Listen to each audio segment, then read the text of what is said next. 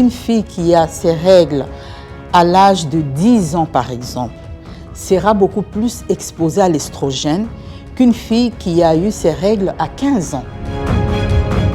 Et quand on est exposé à l'estrogène pendant très longtemps, ça augmente le risque d'attraper le cancer du sein. Quand on a les règles pendant longtemps, le cycle de règles-là t'expose à l'estrogène. Elles se ressemblent, mais elles ne sont pas identiques. Donc, chaque femme doit connaître ses seins tous les deux, comment ils se présentent. Comme ça, le jour qu'il y a un petit changement, tu vas directement voir le médecin. Il n'y a que le dépistage précoce qui sauve les vies. Bonjour mesdames et messieurs, merci de nous retrouver sur ce nouveau numéro de Inside of CC DFW.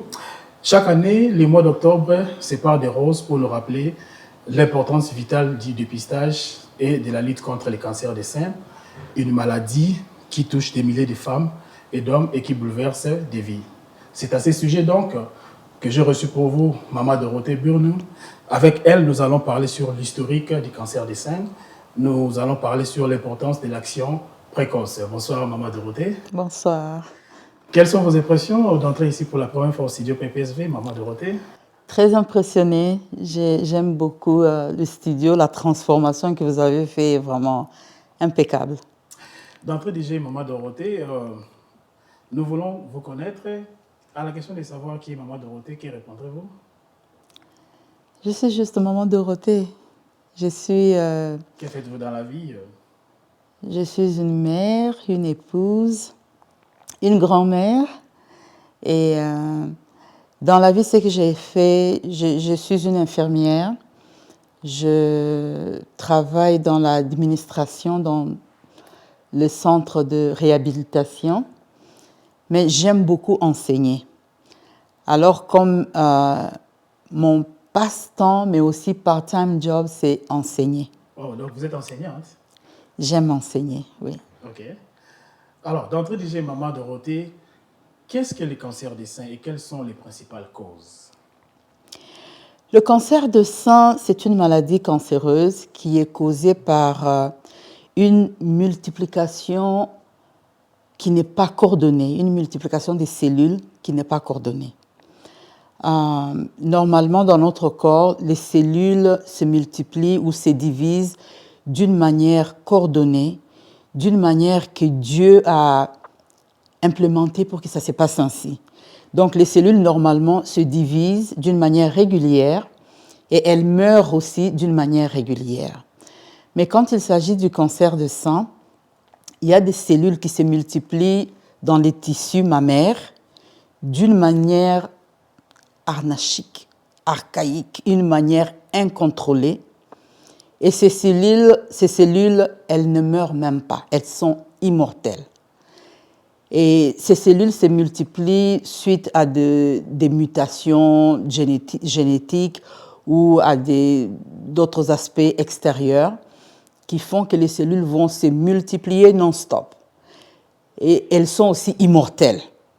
Alors on les appelle cancéreuses. Elles se propagent, tellement elles se multiplient et grandissent, elles atteignent des tissus voisins, elles atteignent aussi d'autres organes, parce qu'elles se multiplient jusqu'à passer à d'autres organes, et c'est là qu'on parle de métastase. Donc, en bref, le cancer de sein, c'est une multiplication incontrôlée des cellules des tissus mammaires. Alors, quelles sont les principales causes? Qu'est-ce qui cause cette maladie? Alors, comme j'ai dit tout à l'heure, il y a d'abord des sources génétiques, des mutations génétiques. Okay. Juste un changement qui se passe dans l'ADN de la cellule. Ce sont des mutations et c'est génétique, c'est incontrôlé. Il y a aussi d'autres causes qui sont extérieures. Je peux en nommer quelques-uns, mais quand on parle des causes des cancers de sein, on voit aussi des gens qui n'ont pas ces causes-là, qui ont eu des cancers de sein. Et on voit des gens qui ont toutes les causes, étudié tous les facteurs qu'on peut nommer, ils les ont. Ou ces femmes les ont, mais elles n'attrapent pas de cancer de sein. C'est pour ça que je suis là pour parler du dépistage précoce. Parce qu'on peut vous donner une liste. Par exemple, les facteurs d'hormones, par exemple. Si une fille a ses menstruations très précoces, comme à l'âge de 8 ans, à l'âge de 9 On peut ans. avoir des menstruations aussi à l'âge de 8 ans aussi? Ici, à l'étranger, en Afrique, je n'en ai pas vu beaucoup. Mais ici, aux États-Unis et même en Europe, tu peux avoir une fille de 8 ans, une fille de 9 ans qui a déjà ses menstruations. C'est anormal ou anormal?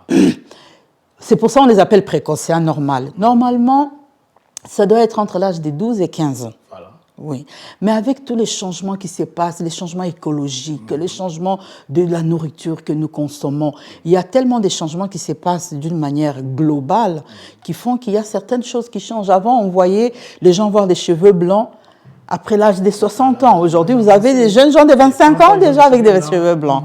Donc, il y a beaucoup de choses qui changent écologiquement.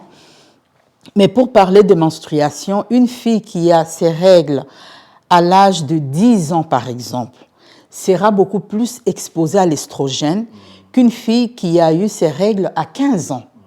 C'est 5 ans de différence. Et quand on est exposé à l'estrogène pendant très longtemps, ça augmente le risque d'attraper le cancer du sein. Et là, ce sont des risques d'hormones. Les autres risques d'hormones, c'est les femmes qui prennent des contraceptifs. Ce sont des hormones. Et quand tu augmentes le nombre, la quantité des hormones dans ton corps, surtout l'estrogène, ça augmente ce risque-là. Et aussi les femmes qui ont eu leur ménopause en retard. Donc, quand on a les règles pendant longtemps, le cycle de règles-là t'expose à l'estrogène. Les grandes quantités d'estrogène parce que ton corps se prépare chaque mois à porter un bébé, le taux d'estrogène augmente. Donc, règles précoces, ménopause en retard, ça augmente les risques de cancer des seins.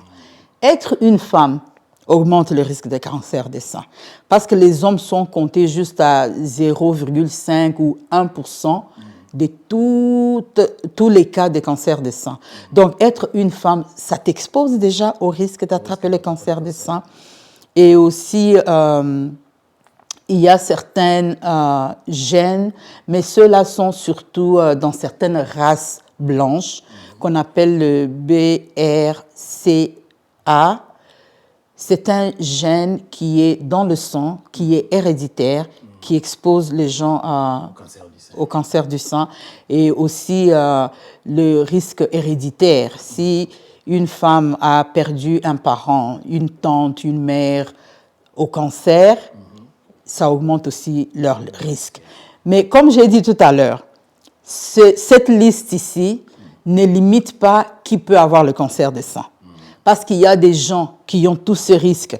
Il y a des femmes qui ont eu les règles très tôt, les femmes qui ont eu des ménopauses en retard, des femmes qui ont eu des parentés qui sont morts de cancer, mais elles n'en ont pas souffert. Donc, c'est toute femme qui est à risque. Oui. Très bien, très bien. Alors, Maman Dorothée, pourriez-vous nous parler de l'anatomie du sein? Bien sûr. L'anatomie du sein, le sein est très gras. Il y a beaucoup de graisse dans le sang, mais aussi le sein se compose des canaux mammaires, au singulier canal, pluriel canaux. Mais je vais parler d'un seul canal. C'est le canal qui conduit le sang, qui conduit le lait. Depuis le lobule qui produit le lait, il y a un canal qui part jusqu'au téton. Et très souvent, le cancer de sang se produit soit dans le lobule qui produisent le lait, ou soit dans les canaux qui conduisent le lait de l'ovule jusqu'au téton. Donc, tu as la peau, évidemment, qui couvre, tu as le téton, et à l'intérieur du sein, tu as la graisse, pas beaucoup de muscles, c'est surtout la graisse, et puis tu as les canaux et tu as l'ovule. Très bien. Maman Dorothée, quels sont les premiers signes ou symptômes à surveiller quand une personne atteint du cancer? Le signe le plus fréquent, c'est une petite boule. Très souvent, la boule va se situer. La boule va se situer soit dans le sang, soit dans les selles, sous les selles, soit au niveau du clavicule. Donc, autour du sein, là, la poitrine. C'est l'un des plus grands signes qui se remarquent facilement. Mais il y a aussi d'autres signes qui peuvent se remarquer si la femme fait attention à ses seins. Voilà, il est très important que chaque femme connaisse ses deux seins. Je dis toujours aux dames que les seins ne sont pas des jumelles. Oh, ce ne sont pas les mêmes. Ce ne sont pas des jumelles, ce sont des sœurs. Elles se ressemblent, mais elles ne sont pas identiques. Donc, chaque femme doit connaître ses seins, tous les deux, comment ils se présentent. Comme ça, le jour qu'il y a un petit changement, tu vas directement voir le médecin. Donc, à part la boule qui peut se manifester, la boule se manifeste dans le sang lui-même, parce qu'il y a la multiplication des cellules là qui gonflent, et puis tu peux sentir ça. À part la boule que tu peux sentir, il y a aussi les changements sur la peau. Donc, si tu connais bien la peau de tes seins et tu te regardes au miroir, tu vois qu'il y a soit une rougeur, soit une rigueur, ça devient comme la peau d'une pomme. Tu vois n'importe quel changement, rétraction, n'importe quel changement sur la peau du sein, n'importe quel changement sur les tétons. Si tu vois comme si les tétons sont inversés, si elles sont rétractées, si elles regardent en bas ou regardent en haut, n'importe quel changement sur le sein doit être investigué. Donc, pour répondre à votre question, les symptômes, c'est soit une boule que tu sens autour de ton sein, sous ton aisselle, sous le clavicule, ou un changement de la peau du sein, ou un changement sur le téton, un écoulement sur le téton, une douleur qui n'est pas systématique, une douleur localisée, un seul sein qui te fait mal à un endroit. Si un petit changement que tu vois sur ton sein, va le faire investiguer. Très bien. Maman Dorothée, à quel âge faut-il commencer le dépistage selon vous? Selon moi, parce que j'ai vu des filles de 17 ans avoir une tumeur sur le sein et se sont fait enlever. Wow. Je dis toujours à tous ceux qui sont autour de moi de commencer dès que tu as tes règles. Au moins faire la palpation pour bien connaître tes seins, te familiariser avec tes seins. Et quand tu vois quelque chose d'anormal, va voir le médecin. Donc, ce n'est pas quelque chose de compliqué. On n'a même pas besoin de connaître l'anatomie du sein. On n'a même pas besoin de connaître le nom de toutes les parties du sein. Tout ce qu'on doit connaître, c'est ses propres seins, avoir l'habitude de les papoter, ne fût-ce qu'une fois par mois. Et s'il y a un petit changement, on va voir le médecin. Très bien. S'il y a un petit changement, on va voir le médecin. Alors, y a-t-il moyen de prévenir les cancers du sein? Comme toute maladie, les choses qu'on applique pour toutes sortes de conditions maladives, on les applique aussi au cancer des seins. Donc, un bon régime alimentaire aide le corps dans son entièreté. Faire des exercices physiques aide le corps dans son entièreté. Prier aide le corps dans son entièreté. Et faire attention à soi-même. Une fois qu'on voit quelque chose qui est différent, on va voir le médecin. Parce qu'avec le cancer des seins, il n'y a que le dépistage précoce qui sauve les vies. Il n'y a que le dépistage précoce. Si tu ne fais pas ta palpation mensuelle et tu es surprise par hasard qu'il y a quelque chose dans les seins, très souvent c'est déjà trop tard. Donc le meilleur moyen de prévenir, c'est de faire ces dépistages précoces-là. Très bien. Maman Dorothée, quelles sont les options de traitement disponibles aujourd'hui si vous êtes atteint du cancer du sein? Les traitements qui sont disponibles dépendent du genre de cancer que la personne a. Okay. Il y a des cancers qu'on appelle les cancers hormonaux. Donc, le cancer est là, une boule, et sur la surface du cancer, il y a des récepteurs d'hormones. Et c'est ça d'ailleurs qui fait que, parce qu'il y a des récepteurs, les estrogènes qui sont dans ton sang, quand ils voient les récepteurs, ils s'accrochent là. Et le cancer continue à grandir parce que tous les récepteurs qu'il y a sur le cancer ont des hormones dessus. Alors, si c'est le genre de cancer que tu as, on va les traiter avec des blocages des hormones. Donc, c'est un médicament qu'on va te donner qui va aller sur le récepteur et le bloquer. Comme ça, quand l'estrogène vient, il n'a pas d'endroit pour s'attacher dessus. Donc, c'est ça, l'un des traitements, c'est la chimiothérapie. Et on peut aussi faire l'ablation, c'est-à-dire enlever le sang. On peut aussi enlever juste une partie du sein. Donc, si c'est une tumeur qui est bénigne, qui n'a pas fait la métastase, on peut juste l'enlever. Mais très souvent, le traitement que je vois souvent, c'est qu'on va enlever le sang, on va aussi te donner la chimio, là, des blocages des récepteurs dont j'ai parlé.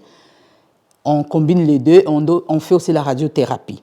Le deuxième traitement, si ce n'est pas des hormones, il y a d'autres genres de cancers qu'on appelle R2.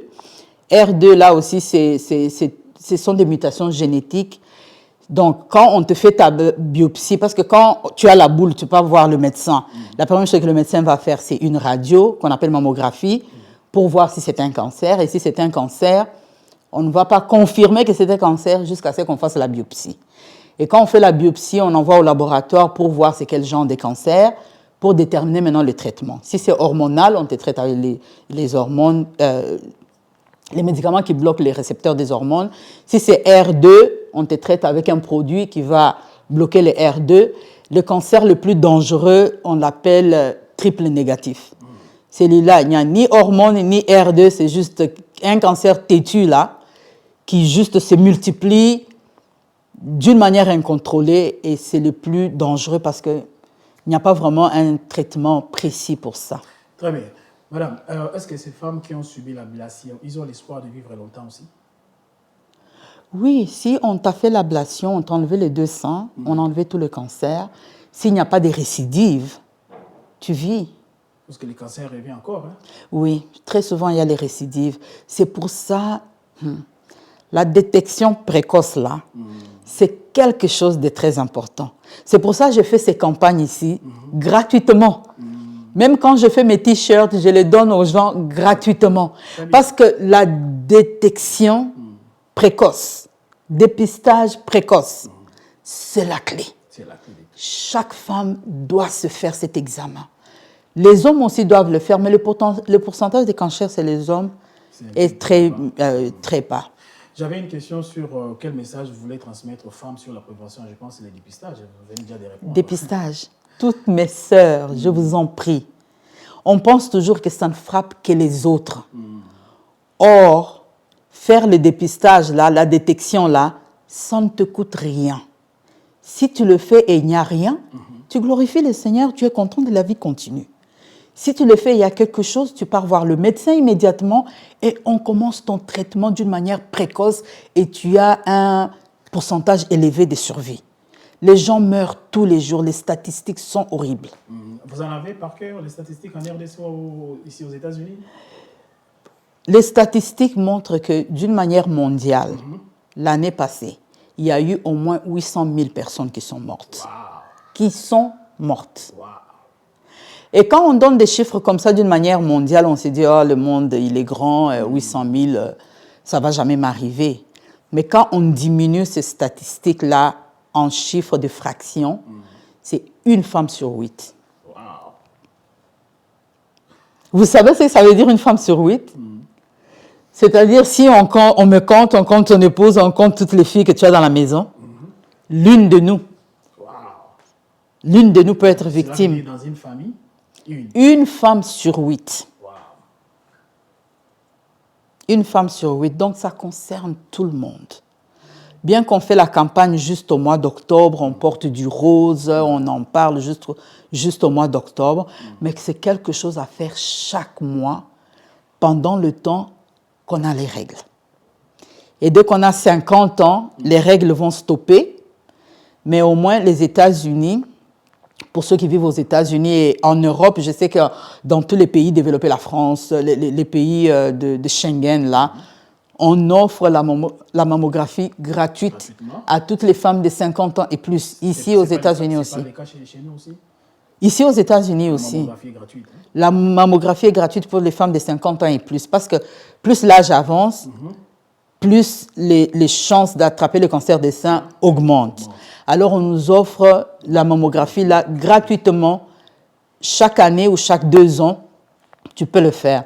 Mais ça s'arrête à 75 ans parce que les Américains disent qu'après 75 ans, même si tu l'as... Tu mourras déjà bientôt. Alors, nous sommes pratiquement arrivés à la fin de notre entretien. Maman, comment pouvez sensibiliser nos communautés? La manière dont je sensibilise la communauté, c'est de ne pas juste attendre qu'une infirmière ou un docteur ou un corps médical fasse la campagne pour le cancer des seins. C'est juste de demander aux gens de papoter le sein et voir s'il y a quelque chose d'anormal, de se regarder au miroir, de connaître le sang, s'il y a quelque chose d'anormal, de voir le médecin. N'importe qui peut le faire. Ça ne demande pas d'être un corps médical. Donc, dans la communauté, si on peut organiser des séances d'éducation, des séances de campagne, dans les églises, les services sociaux des églises peuvent avoir un temps où ils parlent de ces choses. C'est très important, ça peut sauver la vie. Spécialement dans les églises, parce que tout le monde va à l'église. Même quand la communauté organise les choses, les gens n'y vont pas nécessairement. Mais chaque personne a une petite église locale à laquelle ils vont régulièrement. C'est très important d'organiser ces choses dans les églises, que l'information passe. Parce que quelqu'un peut être sauvé juste à cause de l'information. Vous vous rappelez le lépreux de la Bible, Naaman, le général Naaman. Il a été guéri de la lèpre à cause d'une information qu'il a eue auprès de sa bonne. Donc, passer l'information, c'est très important, ça peut sauver une vie. Et aussi, Jésus n'a pas guéri tout le monde de la même manière. Il y a des gens qui ne tombent pas malades parce qu'ils ont prié. Il y a des gens à qui Dieu permet d'avoir une maladie, mais il les guérit. Mais la manière dont il les guérit n'est pas toujours la même. Ce n'est pas toujours un miracle. Jésus n'a pas guéri tout le monde de la même manière. Certains, il a dit, ta foi t'a sauvé. Certains, il a dit, va te laver à la piscine de Siloé pour laver les yeux. À certains, il a dit, fais ceci ou cela. Donc, pour certains, ça peut être juste l'information pour prévenir et voilà. Merci beaucoup, Maman Dorothée. Merci de répondre à notre invitation. Nous sommes arrivés à la fin de notre entrevue. Avez-vous un mot de la fin pour conclure cette entrevue? Je vais vraiment vous remercier beaucoup. Je vous remercie pour m'avoir invité. Je vous remercie pour avoir offert ce beau cadre pour passer ce message que je ne passe que de bouche à oreille pour les derniers 14 ans. Wow. Je l'ai fait de bouche à oreille. Donc, m'offrir une plateforme comme celui-ci est une grâce et une faveur dont je suis très reconnaissante. Merci beaucoup, Maman Dorothée, d'être passée. Merci aussi à ingénieur Bethany Lika qui nous a amené Maman Dorothée ici sur ce plateau. Merci à vous tous qui nous avez suivis. D'ici là, portez-vous bien. On se retrouve au prochain numéro de Inside of CC DFW. Bye.